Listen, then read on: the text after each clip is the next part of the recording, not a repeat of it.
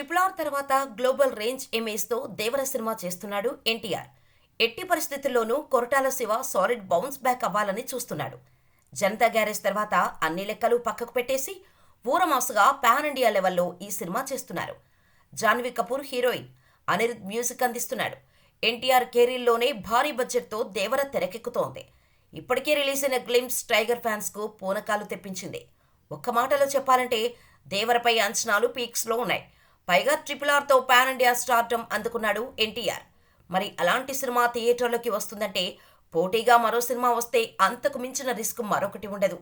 కానీ దసరా సీజన్ కాబట్టి 2-3 సినిమాల రిలీజ్కు ఛాన్స్ ఉంది. అయినా కూడా దేవరతో పోటీ అంటే ఓపెనింగ్స్ విషయంలో తట్టుకోవడం కష్టమే. కానీ నాగ చైతన్య మాత్రం దేవరతో సై అంటున్నాడు. చందు మొండేటి డైరెక్షన్లో ఫస్ట్ పాన్ ఇండియా ఫిల్మ్గా తండేల్ చేస్తున్నాడు చైతు. ఈ సినిమాకు అల్లు అరవింద్ భారీగా ఖర్చు చేస్తున్నాడు. దీంతో తండేలుపై అంచనాలు గట్టిగానే ఉన్నాయి. ఇప్పటికే రిలీజ్ అయిన గ్లిమ్స్కు మంచి రెస్పాన్స్ వచ్చింది. అలా అని దేవరతో పోటీ పడితే రిస్క్ తప్పదనే చెప్పాలి.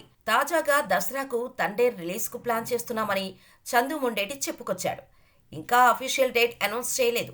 ఒకవేళ గీతా ఆర్ట్స్ కాబట్టి థియేటర్ల లెక్కలు వేసుకుని రిలీజ్ చేస్తే దేవర సౌండ్ ముందు ఫస్ట్ డే తండేల్ నిలబడటం కష్టమే. ఖచ్చితంగా day 1 Devara record range openings రాబడుతుంది. తండేలుకు హిట్ టాక్ వచ్చినా కూడా ఆ తర్వాత 2-3 రోజుల నుంచే కలెక్షన్స్ పెరుగుతాయి. కాబట్టి దేవరతో తండేల్ రిస్క్ చేస్తాడా లేదా అనేది చూడాలి.